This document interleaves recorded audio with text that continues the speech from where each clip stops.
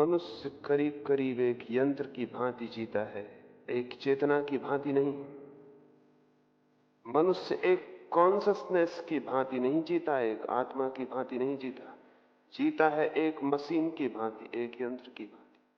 पंखे चल रहे हैं, हमने उनकी बटनें दबा दी हैं और उन्होंने चलना शुरू कर दिया। अगर इन पंखों को ये भ्रम पैदा हो जाए कि हम चल रहे हैं, तो पंखों का अज्ञान होगा। पंखे चलाए जा रहे हैं, चल नहीं रहे। मशीनें चलाई जाती हैं, चलती नहीं। मनुष्य भी चलता नहीं है, केवल चलाया जाता है।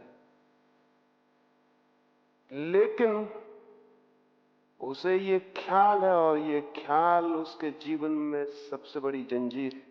उसे ये ख्याल है कि मैं चलता हूं, उसे ये ख्याल है मैं करता हूं, उसे ये ख्याल है कि मैं करने वाला हूं। आपने कई बार कहा होगा, कल मैंने क्रोध किया। लेकिन क्या कभी आपने ये सोचा है कि क्रोध आपने कभी किया है आज तक जीवन में, या कि क्रोध हुआ है? आपने क्रोध किया, ऐसा आपने सोचा होगा बहुत बार, लेकिन थोड़ा समझेंगे तो दिखाई पड़ेगा क्रोध किया नहीं है, क्रोध हुआ है। और आप क्रोध में करने वाले नहीं थे, केवल एक मशीन की भांति चालित हुए थे। कोई आपको धक्का दे दे, आपके भीतर जो क्रोध उठता है वो सचेतन नहीं है, वो कॉन्शियस नहीं है, वो आपके विचार पूर्वक नहीं है, वो बिल्कुल यांत्रिक है। जैसे कोई बटन दबा दे और पंखा चल जाए, वैसे कोई धक्का दे दे तो भीतर क्रोध उठाता है। इस क्रोध के आप मालिक नहीं, इस क्रोध को करने वाले आप नहीं। लेकिन हम कहते रोज यही है कि मैंने क्रोध किया। झूठ है ये बात। ना आपने कभी क्रोध किया है, ना आपने घृणा की है, और ना प्रेम किया है। प्रेम जिनके जीवन में पैदा होता है वो जानते हैं भली भांति इस बात को कि ये कहना गलत है कि मैंने प्रेम किया, यही कहना ठीक है कि प्रेम हुआ। इट हैपन्स, हो जाता है, आप करते नहीं। लेकिन कहते हम यही है कि मैंने प्रेम किया। यह आपके बस में है प्रेम करना? तो मैं एक आदमी को आपके सामने बिठा दूं और कहूं कि चलिए इसे प्रेम करिए, आप प्रेम कर पाएंगे? एक आदमी को आपके सामने बिठा दिया जाए और कहा जाए चलिए इस पर क्रोध करिए, आप क्रोध कर पाएंगे? जितनी आप कोशिश करेंगे क्रोध करने की, आप पाएंगे कोई क्रोध नहीं हो सकता। चाहे आप मुट्ठियां बांधें और चाहे आप दांत पीसें, लेकिन आप पाएंगे भीतर कोई क्रोध नहीं है, और ये सब एक्टिंग है और झूठी है, अभिनय।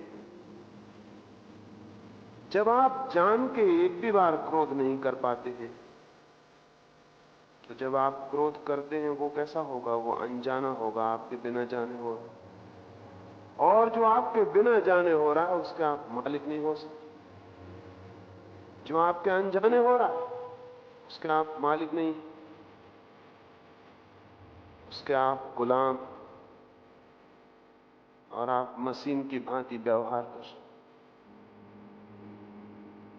सामान्यतया हमारा पूरा जीवन एक यंत्र की भांति है, जिसमें हमारी कोई मालकियत, जिसमें हमारा कोई स्वामित्व नहीं है। आपके भीतर लोभ है, आप अपने लोभ के मालिक हैं। आपने लोभ को पैदा किया है। आपके भीतर सेक्स है, आप सेक्स के मालिक हैं। उसे आपने पैदा किया नहीं, आपने उसे पाया है। बच्चा युवा होता है और अचानक पाता है कि उसके भीतर काम ने, सेक्स ने एक तीव्र उभार दिया है। उसके भीतर कोई नई वासना जागने लगती, जिसे वो जागते हुए पाता है, लेकिन जिसका वो मालिक नहीं। वो वासना बिल्कुल अचेतन, उसका उसे कोई होश नहीं, कोई बोध नहीं। लेकिन शायद वो कहता यही होगा, ये वासना मेरी है। अगर हम अपने चित्त का ठीक ठीक विश्लेषण करें और अपने कर्मों का भी, तो हम पाएंगे वे हमसे होते हैं, हम उनके करने वाले नहीं। और ये कर्ता का भ्रम है कि मैं कर रहा हूं। ना आप अपने जन्म के मालिक हैं, आप पैदा हुए, ना आप अपने जीवन के मालिक हैं, जीवन आपको मिला है, ना आप अपनी मृत्यु के मालिक हैं, मृत्यु घटित होगी। आप अपनी श्वास के भी मालिक नहीं हैं, जो भीतर और बाहर आ जा रही है। लेकिन कहते हम यही है कि मैं श्वास ले रहा हूं। इससे ज्यादा झूठी बात आदमी ने कभी नहीं कही होगी। आप श्वास ले रहे हैं तो फिर आपकी मृत्यु होनी असंभव। मृत्यु खड़ी हो जाएगी, आप श्वास लिए ही चले जाएं। लेकिन हम भली भांति जानते, जो श्वास बाहर चली गई और नहीं लौटने को है, तो हम उसे नहीं लौटा सकते। ये कहना गलत है कि मैं श्वास ले रहा हूं, यही कहना ठीक है कि श्वास आ रही है, जा रही है, मैं कहां आता हूं इसमें। ये कहना गलत है कि मेरा जन्मदिन, मुझसे पूछा था किसी ने, मेरा कोई बस है मेरे जन्म पर, मेरा कोई अधिकार, मेरी कोई स्वीकृति है? नहीं, मैं कहीं भी नहीं आता हूं। जीवन जन्मता है, लेकिन मैं कहता हूं मेरा जन्म। श्वास चलती है, लेकिन मैं कहता हूं मेरी श्वास मैं ले रहा हूं।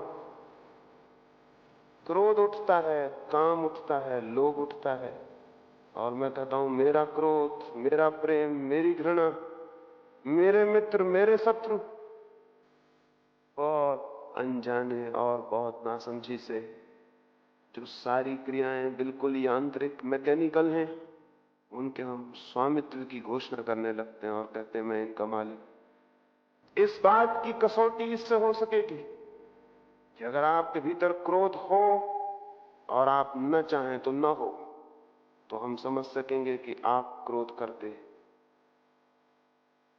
एक आदमी आपको गाली दे, आप चाहें तो क्रोध हो और चाहें तो क्रोध न हो, तो हम समझेंगे कि क्रोध के आप करता है, क्रोध के आप मालिक। लेकिन अगर आपके बिना चाहे सब होता है, तब तो बड़ी कठिनाई। बुद्ध एक गांव के पास से निकले। कुछ लोगों ने आके बुद्ध को गालियां दी और अपमानजनक शब्द कहे। वे बड़े क्रोध में थे। बुद्ध ने कुछ ऐसी बातें कही थी कि उनके पुराने धर्मों की जड़ें हिल गई थी। बुद्ध ने कुछ ऐसी बातें कही थी कि उनकी परंपरागत रूढ़ियों पर चोट पड़ी थी। गांव के क्रुद्ध लोग, उन्होंने बुद्ध को रास्ते पर घेर लिया और बहुत गालियां दी। थोड़ी देर बाद बुद्ध ने कहा, मेरे मित्रों, अगर तुम्हारी बात पूरी हो गई हो तो मैं जाऊं, मुझे दूसरे गांव जल्दी पहुंचना। वे थोड़े हैरान हुए और उन्होंने कहा, हमने क्या कोई ऐसी बातें कही हैं कि आप इतनी शांति से ये कहें कि मुझे दूसरे गांव जाना है? आपकी बातें पूरी हो गई क्या? हमने दी हैं गालियां, अपमानजनक शब्द, विष भरी बातें, क्या आपके भीतर कोई क्रोध पैदा नहीं हुआ? बुद्ध ने कहा, तुमने थोड़ी देर कर दी, 10 साल पहले आना चाहिए था, तब क्रोध होता था, घृणा होती थी, तब सब होता था, क्योंकि मैं मौजूद नहीं था, मैं अनुपस्थित था, मैं अपने जीवन के प्रति सचेतन नहीं था, जागृत नहीं था, सोया हुआ था, सब होता था। 10 साल पहले आना था। तुम बड़े बेवक्त आए हो, अब मैं जागा हुआ हूं, और अब तुम जो चाहो वही मेरे भीतर नहीं हो सकता। अब तुम मेरे मालिक नहीं रहे। मैं जब सोया हुआ था तब तुम मेरे मालिक थे, अब मैं जागा हुआ हूं, मैं अपना मालिक हूं। तुमने गालियां दी, ठीक, लेकिन मैं गालियां लेने से इनकार करता हूं। तुमने मेहनत की, श्रम उठाया, तुम गांव के बाहर इस भरी दोपहरी में आए, और तुमने न मालूम कितनी पीड़ा झेली होगी, तभी तो तुम इतने विष भरे शब्द बोल सके। लेकिन ठीक, तुमने बोला, लेकिन तुम अकेले थोड़ी इस लेन देन में हो, मैं भी तो भागीदार होना चाहिए। तुमने दिया, मुझे लेना चाहिए, तभी तो गाली अर्थपूर्ण होगी। लेकिन मैं लेने से इनकार करता हूं। तुम बड़ी मुश्किल में पड़ोगे। अब इन गालियों का क्या करोगे, कहां ले जाओगे? क्योंकि पिछले गांव में कुछ लोग फूल और फल और मिठाइयां लेकर आए थे, और मैंने उनसे कहा, मित्रों, मेरा पेट भरा है, तो वो वापस ले गए। उन्होंने क्या किया होगा? भीड़ में से किसी ने कहा, अपने घर ले गए होंगे, अपने बच्चों को बांट दी होगी। तो बुद्ध ने कहा तुम बड़ी मुश्किल में पड़ गए, तुम गालियां लेके आए हो, तुम्हें भी वापस ले जाना पड़ेगा। किसको बांटोगे, किसको दोगे ये गालियां? मैं लेने से इनकार करता हूं, मैं अपना मालिक हूं। लेकिन कोई जब आपको गाली देता है तब आप लेने से इनकार कर पाते नहीं, वो दे भी नहीं पाता और आप पाते हैं कि आप ले चुके हैं। उसकी गाली पूरी भी नहीं हो पाती कि आप तक पहुंच गई होती, उसकी गाली समाप्त भी नहीं हो पाती कि आपके भीतर कुछ होना शुरू हो जाता है, जो क्रोध। आप इस क्रोध के मालिक कैसे हो सकते? दूसरा है आपका मालिक जो गाली दे रहा है, उसके हाथ में है आपकी चाबी। हम सब बाहर से चालित,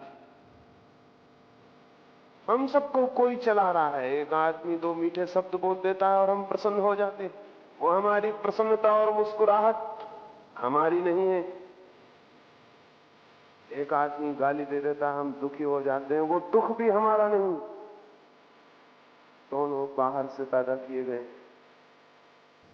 इस संबंध में दो तथ्य आपसे कहना चाहता हूं। पहला, मनुष्य के जितने कर्म हैं सभी यांत्रिक हैं। दूसरा, मनुष्य के जितने कर्म हैं उन्हें कर्म भी कहना ठीक नहीं, वो प्रतिकर्म है, वो रिएक्शंस हैं, एक्शंस भी हैं। ये दो बातें सबसे पहले आदमी सुझाव हैं। मनुष्य के कर्म यांत्रिक हैं। यांत्रिक से मेरा अर्थ है मनुष्य उन्हें करते वक्त सचेतन रूप से नहीं कर रहा है। कर रहा है, उसे खुद भी पता नहीं है वो क्यों कर रहा है। उसे खुद भी कोई पता नहीं है क्यों हो रही हैं ये बातें उसके भीतर। आपको पता है क्यों आपके भीतर क्रोध पैदा होता है? आपको पता है क्यों आपके भीतर अहंकार पैदा होता है? आपको पता है क्यों लोभ पैदा होता है? आपको पता है क्यों सेक्स पैदा होता है? कुछ भी पता नहीं। अंधी ताकतों के हाथ में हमें खिलवाड़ से शायद ज्यादा नहीं मालूम होता। कुछ होता है और हम उसके शिकार। क्यों होता है? कोई बोध हमें नहीं। पहली बात, इसलिए हमारे कर्मों को मैं यांत्रिक कह रहा हूं, मैकेनिकल, मशीन की भांति। दूसरी बात, हमारे कर्म कर्म भी नहीं है, प्रतिकर्म। कर्म वो होता है जो हमारे भीतर से आविर्भूत हो, और प्रतिकर्म, रिएक्शन, उसे कहूंगा जो बाहर से हमारे भीतर पैदा कर दिया जाए। एक आदमी आपको धक्का दे दे तो जो क्रोध पैदा होता है वो आपके भीतर से पैदा नहीं हुआ, किसी ने बाहर से उसको गति दी है। वो प्रतिकर्म है, वो कर्म नहीं, वो रिएक्शन। आपने कभी कोई ऐसा कर्म किया है जो आपके भीतर से पैदा हुआ हो, जिसका आविर्भाव अपने भीतर से आया? कुछ कर्म किए होंगे जो भीतर से आए होंगे, लेकिन उनके आने में आप सचेतन ना रहे होंगे, होश से भरे हुए रहते हैं। दो तरह के कर्म हैं हमारे, अचेतन भीतर से आने वाले और प्रतिकर्म बाहर से आने वाले। इन दोनों के बीच में जो मनुष्य गिरा है वो बड़े गहरे बंधन में है। लेकिन वो क्या करे? क्या वो अपने क्रोध को दबा ले? दबा लेने से कोई फर्क नहीं पड़ेगा। क्या वो अपनी वासनाओं को दबा दे? कोई फर्क नहीं पड़ेगा, क्योंकि जो उनके पैदा करने में मालिक नहीं है वो उनके दबाने में भी कैसे मालिक हो सकता है? जो उनके पैदा करने में मालिक नहीं है वो दबाने में भी मालिक नहीं हो सकता। और अगर किसी भांति जबरदस्ती वो दबा दे तो उसका क्रोध, उसकी वासनाएं, उसके कर्म दूसरे रास्तों से प्रकट होने लगेंगे जो और भी खतरनाक हो। ये दमन कोई मार्ग नहीं है, कोई रास्ता नहीं। दमन से आज तक मनुष्य जाति को कोई हित नहीं हुआ। तो क्या करें? क्या मैं ये कहता हूं कि जो हो उसे होने दें? क्या मैं ये कहता हूं कि भोग में पागल होकर कूद जाएं? क्या मैं ये कहता हूं क्रोध आए तो क्रोध करें? क्या मैं ये कहता हूं कि घृणा आ जाए तो घृणा करें? नहीं, ये मैं नहीं कह रहा हूं। मैं आपसे ये कह रहा हूं कि घृणा, क्रोध, प्रेम जो कुछ भी हमारे चित्त में है वो सभी यांत्रिक है। हमें उसका पता भी नहीं क्यों और क्या है, और ऐसी स्थिति में उसे बदला तो जा ही नहीं सकता। फिर क्या किया जा सकता है? उसे गैर यांत्रिक बनाया जा सकता है, उसके प्रति जागा जा सकता है, उसके प्रति होश से भरा जा सकता है। जीवन की जो जो क्रियाएं यांत्रिक हैं, अगर वे सचेतन हो जाएं तो उनमें क्रांति अपने आप होनी शुरू हो जाती।